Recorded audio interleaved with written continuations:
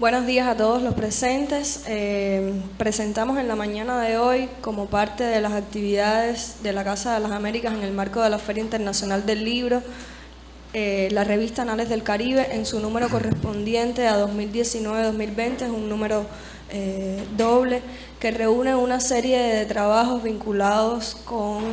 algunos de los eventos y las actividades desarrolladas por el Centro de Estudios del Caribe durante estos 2 años, y además otra serie de dossier enfocados en algunos de los países de la región o problemáticas que formaron parte de estos eventos. Agradecemos la colaboración de la Fundación Rosa Luxemburgo, a partir de la cual hoy podemos contar con esta edición en físico. Debemos decir que la revista en su versión digital ya fue presentada, pero quisimos aprovechar la oportunidad durante la Feria Internacional del Libro para hacer la presentación del volumen físico, como les decía, de la revista. Presentación que estará a cargo del doctor Ariel Camejo, profesor de la Universidad de La Habana,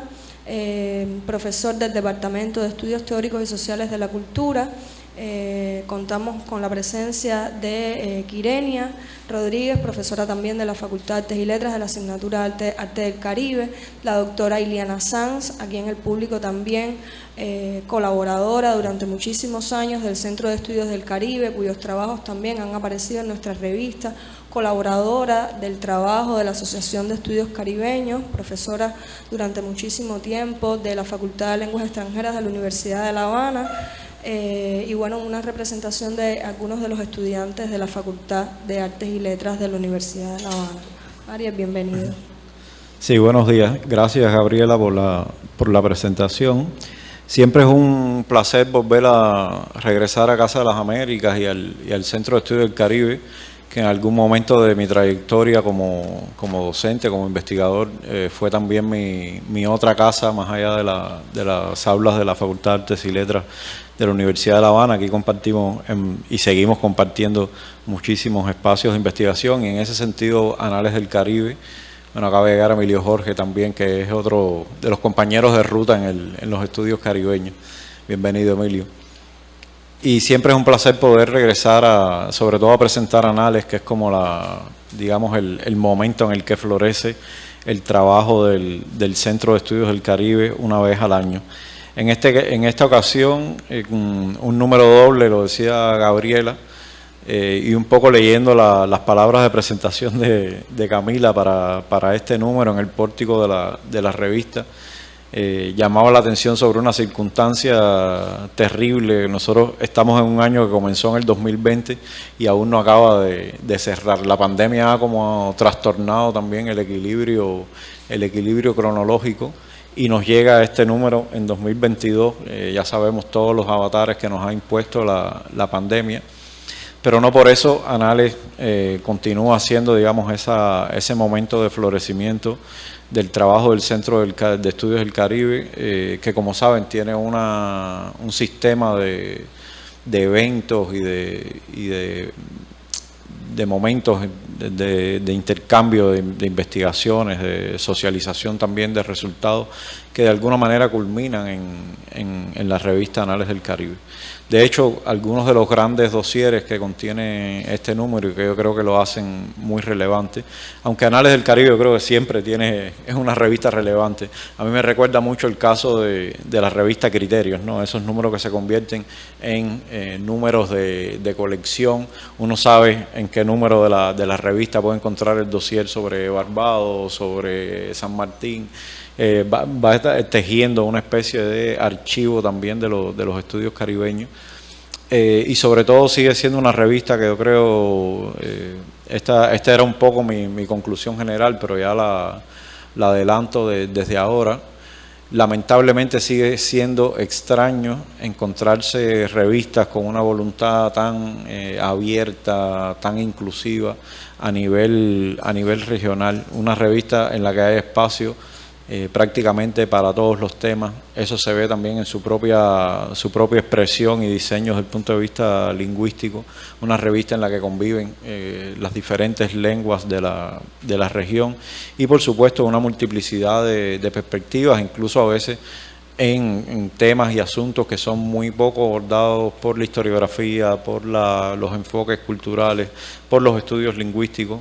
Y creo que entrar a Anales es siempre una puerta a ese mundo maravilloso, ¿no? En el que uno encuentra un poco de todos los temas, ese ámbito de convivencia disciplinar, ese ámbito de convivencia también simbólica,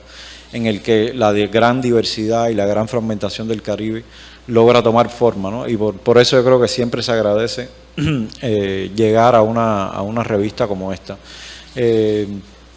En el caso del número que corresponde a los años 19 y 20, les decía que está reuniendo 2 dosieres que derivan del gran evento que organiza el Centro de Estudios del Caribe, que es el Congreso de la Diversidad Cultural, que tiene lugar en el mes de mayo acá en Casa de las Américas, y que siempre espacio para, desde un tema específico, abordar diversas problemáticas que tienen lugar en la región, y que veremos que en la revista logran visualizar 2 entornos muy relevantes para los estudios caribeños hoy,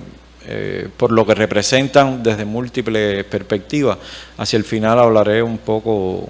de este asunto. Por supuesto, Anales ya tiene determinadas secciones que de alguna manera regularizan un trabajo de la revista, y que en el caso de este número particular establecen una conexión muy interesante entre esas solidaridades, esas vecindades entre movimientos intelectuales, movimientos políticos que tienen lugar en el Caribe, específicamente en este número concentradas en el momento que es el siglo XX. Hay un evento al que se le presta especial atención en varias de las secciones de la revista, que es el momento de la entrada de los Estados Unidos como una nueva potencia imperial en el ámbito del Caribe, y los trastornos que eso genera en términos de comportamientos regionales. Hay un momento dedicado específicamente y que ocupó un espacio en el ciclo de pensamiento social que organiza el centro, en este caso creo que es el del año 2018, y que estuvo enfocado precisamente en el momento de 1898, esa fecha que establece una suerte de parteaguas también en los relatos históricos del Caribe, y creo que del mundo colonial todo, la entrada de Estados Unidos al conflicto entre Cuba y España, y a partir de ahí un movimiento sucesivo, sobre todo en la primera mitad del siglo XX, en el que registramos diversas intervenciones militares o de diversa naturaleza de los Estados Unidos de América en determinados ámbitos caribeños. Y por supuesto la expansión junto con ese modelo, no solamente de unas dinámicas de dominación territorial, de dominación económica, de sujeción política, sino también la imposición de un modelo cultural. En ese sentido el texto de Quirenia yo creo que adelanta muchísimas zonas, por ejemplo la que tiene que ver con cómo la fotografía también se constituyó en un elemento también de expresión también de determinadas sensibilidades, no solamente de documentación de procesos. Hay un texto de Gabriela también que de alguna manera recorre un momento específico de la cultura dominicana y de la organización de los procesos intelectuales que se derivan también de las intervenciones y las reacciones frente a la intervención norteamericana en ese territorio, que decíamos genera procesos de sujeción política a partir de gobiernos que son instaurados también por el poder político, por las lógicas norteamericanas de dominación, y sobre todo esta idea del American Way of Life, que de alguna manera va organizando un sistema de la cultura. Yo recuerdo que hace unos años en una entrevista en la que alguien hablaba sobre la cuestión de la imposición de nuevos símbolos culturales y la penetración del capital cultural norteamericano en el mundo contemporáneo. Yo le decía que si hay un momento realmente duro en términos de intervención de esas lógicas y esas simbólicas culturales,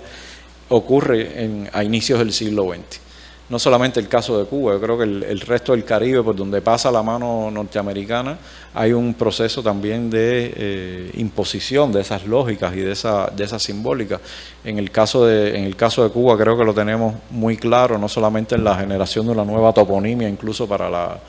determinadas ciudades, también en los símbolos culturales que tienen una expresión en la moda, en el diseño, en las revistas, en la propia arquitectura, que van pasando también por cómo se organizan esos repertorios. Yo creo que en ese sentido muchas de las secciones, tanto Arte de Compromiso y Rebeldía como Cruce de Pensamiento, Voces, están de alguna manera dialogando con ese universo y proponiendo también una mirada otra a los sistemas de alianza y de solidaridades que se tejen dentro del Caribe como reacción también ante esos procesos de dominación. Ya sabemos que la primera mitad del siglo XX también es el momento en el que comienzan a fraguarse los procesos de descolonización, que igualmente tendrán derivaciones diversas con respecto a las características de cada uno de los poderes metropolitanos, pero ya hay unas alianzas que se están tejiendo y que muchas veces son obviadas por la historiografía. Hablaba hace apenas un rato con mis estudiantes de la cuestión de cómo la historia también organiza un conocimiento de la evolución política y de la evolución cultural de muchos territorios del Caribe, en la que en ocasiones se obvian muchos de estos registros, a partir de los cuales se están tejiendo alianzas insulares entre las islas, sistemas de comunicación entre los territorios y que tienen como base precisamente las alianzas intelectuales, las alianzas artísticas de diversa naturaleza. En este número se inaugura, yo creo que con mucho sentido de justicia poética, una sección dedicada al cine caribeño. Era quizás una de las grandes deudas que tenía Anales del Caribe con un área de la expresión cultural y que homenajea precisamente a Rigoberto López, una persona que estuvo muy ligada al trabajo del Centro de Estudio del Caribe, acompañando su sistema de eventos, sus proyectos de investigación de diversa naturaleza, y que fue el animador principal de eso que conocemos hoy, que se ha consolidado, que es la muestra de cine itinerante caribeño. Con dos autores, el caso de Luis Alberto Notario, un investigador que se ha consolidado además dentro de la investigación de los procesos de los audiovisuales caribeños, no solamente el cine, y que se aproxima ahora a la obra de Horace Ové,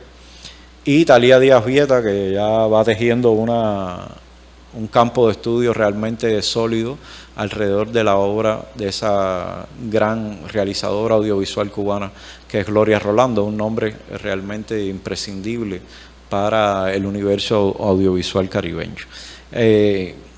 Quería referirme por último, dentro de estas secciones habituales, al texto que se rescata de George Lamming, que yo creo que viene muy bien en términos de cómo establece un diálogo también con todo este sentido de las alianzas translocales, transterritoriales dentro del Caribe, sus propias visiones alrededor el extendido proceso de construcción de una idea de la literatura caribeña,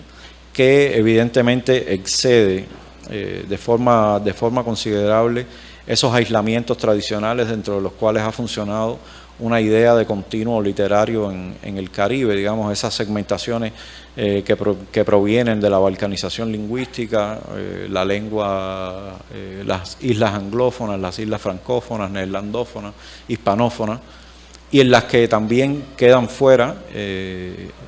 lo mencionábamos también hoy en la clase de la mañana, yo decía que esa es otra gran deuda de los estudios caribeños contemporáneos, el universo de los creoles, que son, a veces pensamos en el creol como una expresión homogeneizadora también de las expresiones lingüísticas del Caribe, y no hay nada más diverso que las concreciones creolófonas a medida que uno se mueve de isla en isla, cada uno de esos creoles también con una expresión literaria, con una expresión cultural, con un imaginario simbólico. De hecho, en las reseñas me alegra mucho que se dé noticia precisamente del libro de Amanda García Rocha, egresada de la Facultad de Artes y Letras también, y esa investigación sobre los contactos lingüísticos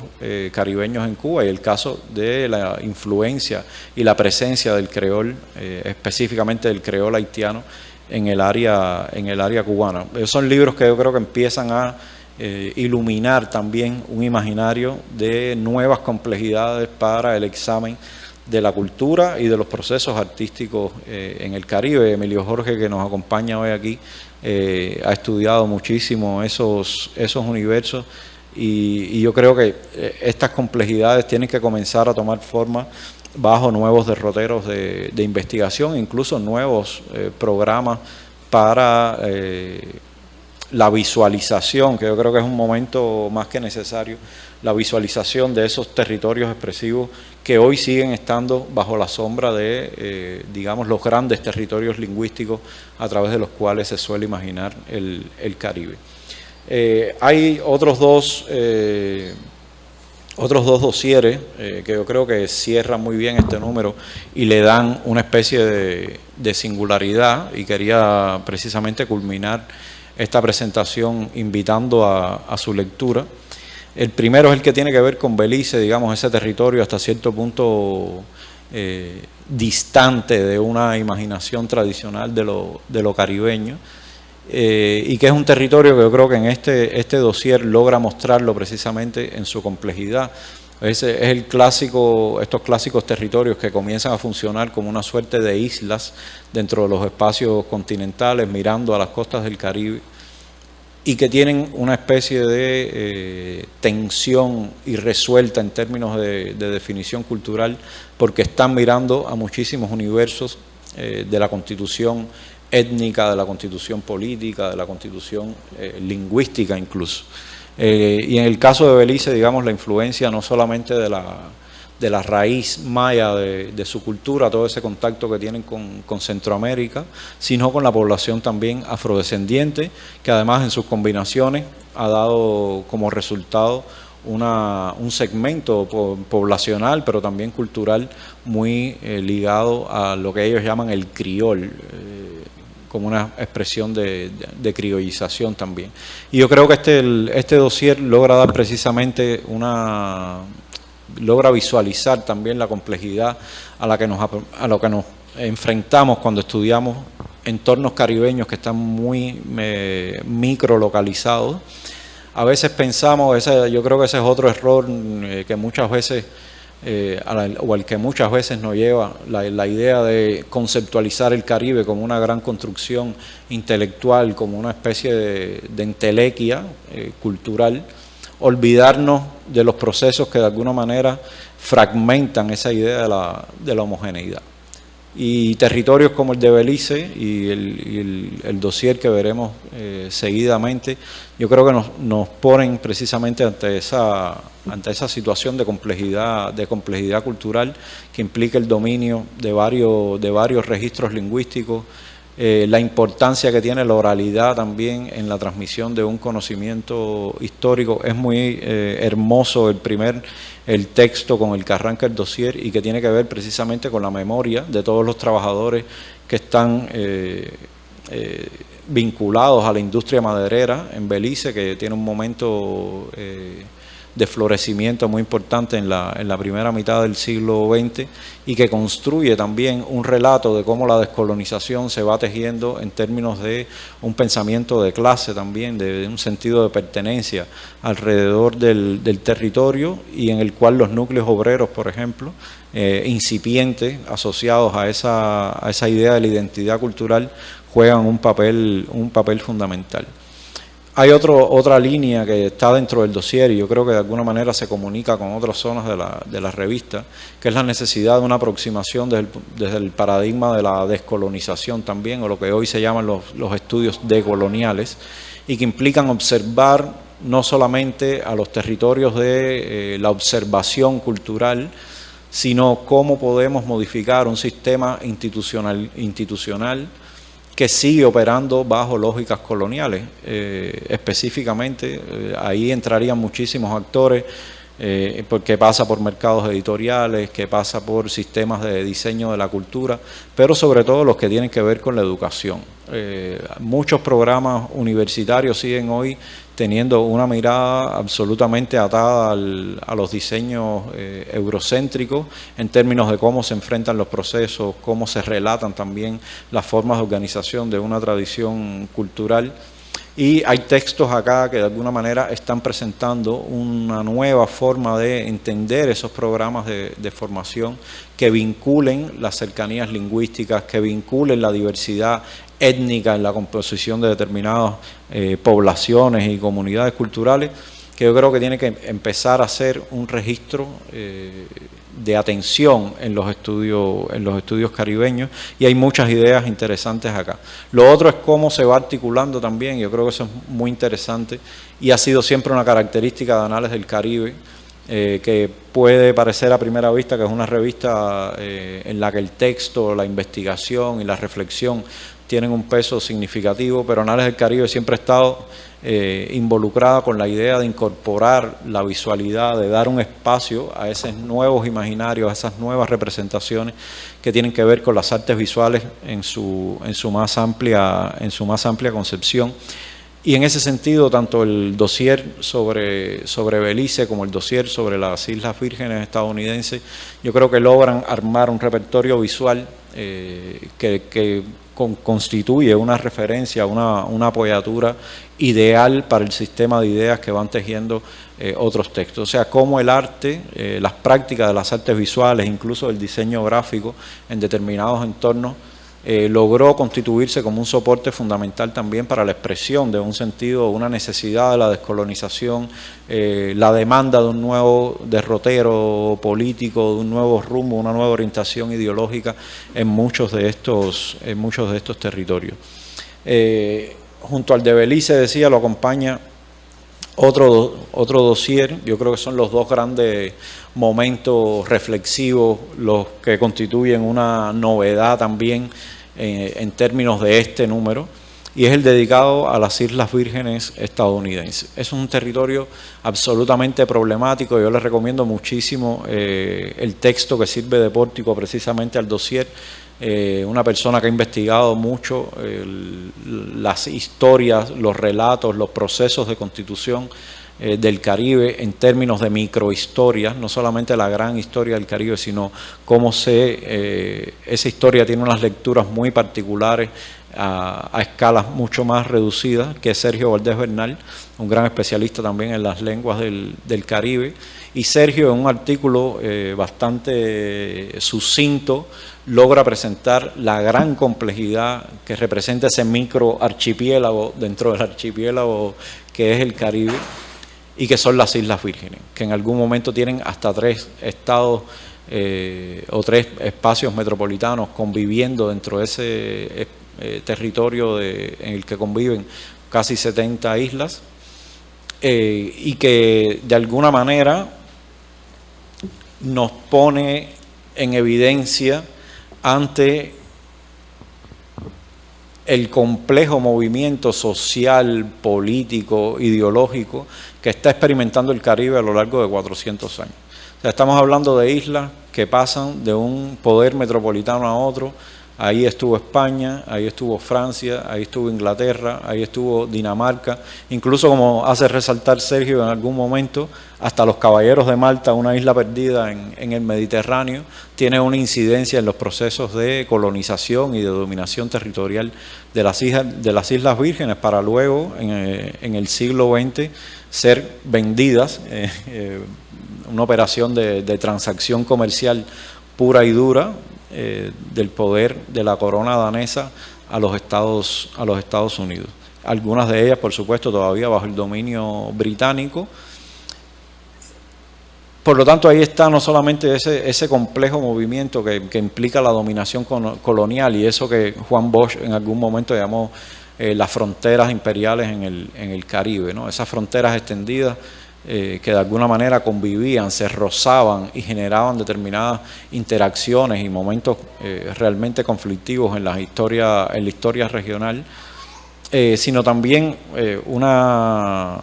otra circunstancia que es la de la permutación, la mutabilidad cultural, lingüística, simbólica que esos movimientos representaban y que evidentemente tiene una incidencia en la configuración cultural de cada uno de estos territorios. Hoy siguen estando atadas, y esa es otra característica del Caribe como región, como espacio geopolítico, ante el cual el ejemplo de las Islas Vírgenes nos sitúa de manera crítica, y es que el Caribe contiene hoy, incorpora muchos de los espacios que todavía están atados a una relación o a una lógica colonial. Por supuesto, disfrazada con eufemismos, estados sin gobierno, estados subnacionales, que decía, son formulaciones eufemísticas para decir que aún siguen respondiendo a una lógica de la dominación colonial, y territorios que están imaginando desde los procesos políticos, desde los procesos sociales y culturales, cómo avanzar hacia un nuevo estatuto. Por supuesto, leído desde el punto de vista cultural, ya sabemos todas las implicaciones que tiene para la imaginación de un relato cultural que ha sido pensado desde la idea de la nación, desde los límites de lo nacional, unos límites que constantemente se fracturan, se fragmentan cuando pensamos en territorios a estas escalas, ¿no? Por no hablar, digamos, de los territorios de ultramar franceses o esas islas que tienen una doble sujeción política, como es el caso de San Martín, u otras que han experimentado una alianza política a veces artificiosa y que está extendida a lo largo del Caribe, ¿no? Turcos y caicos, Antigua y Barbuda, islas que a veces tienen patrones culturales y formas de realización que han sido unidas simplemente por una especie de voluntarismo político que emanó de la circunstancia de la descolonización en el siglo XX. Por lo tanto, aquí hay muchas zonas que yo creo que nos llaman la atención nuevamente sobre la relevancia de una revista como Anales del Caribe. Uno siempre la atesora como joya. Yo compartía la promoción de la revista hace unos días y enseguida comienzan a escribirme amigos, guárdame un número, déjamelo reservado, porque ya uno sabe que puede ir de alguna manera tejiendo una historia ahí, su propio archivo de los Anales del Caribe. Yo creo que el nombre de alguna manera ayuda a consolidar esa idea del repertorio, de lo que se acumula, una memoria histórica que nos va funcionando como nuestra propia biblioteca portátil y muy personal sobre los procesos culturales, históricos que tienen lugar en el Caribe de manera general. El peso yo creo que esa idea de que hay una convivencia disciplinar, una convivencia lingüística, hace de Anales precisamente una expresión de lo que la casa como institución de alguna manera propone culturalmente. O sea, esa idea de la convivencia, esa idea de la multiplicidad en la que todos podemos hablar y reflexionar sobre los problemas comunes. Entonces no queda otra que invitarlos a que disfruten este número, por supuesto que lo lleven y que se convierta en parte también de su formación y el enriquecimiento también de ese conocimiento de un Caribe complejo, de un Caribe cada vez más heterogéneo y cada vez más lejano de la posibilidad de ser estabilizado en una simple fórmula cultural. Y por supuesto, muchas gracias por la invitación a ti y a Camila a presentar este número de Anales del Caribe.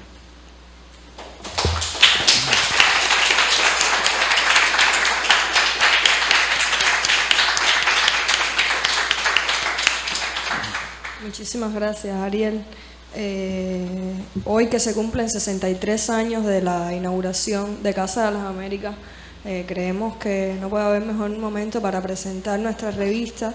que forma parte indispensable del trabajo del centro, que se fundó solamente 20 años después de la inauguración de la Casa de las Américas, y que desde sus inicios y a lo largo de todo el trabajo desarrollado durante más de 40 años ha aunado voluntades y justamente lo que decía Ariel, ofrecer una visión lo más plural posible en cuanto a temáticas, en cuanto a visualidad, en cuanto a las lenguas, las múltiples lenguas que forman parte de las realidades culturales caribeñas. Agradecemos a Ariel una vez más, que junto a Quirenia formaron y seguirán formando siempre parte del equipo de Caribe, con quienes estamos al habla todo el tiempo y conversando para generar proyectos, para vincular a los estudiantes en nuestras actividades, cosa que también es una tradición del trabajo del Centro de Estudios del Caribe. Agradecemos a todos los presentes en esta mañana y por supuesto que desde ya puedan acercarse a las páginas de este número doble y estén atentos a la salida de los próximos números que seguirán trabajando sobre la base de esta voluntad. Gracias. La diversidad cultural que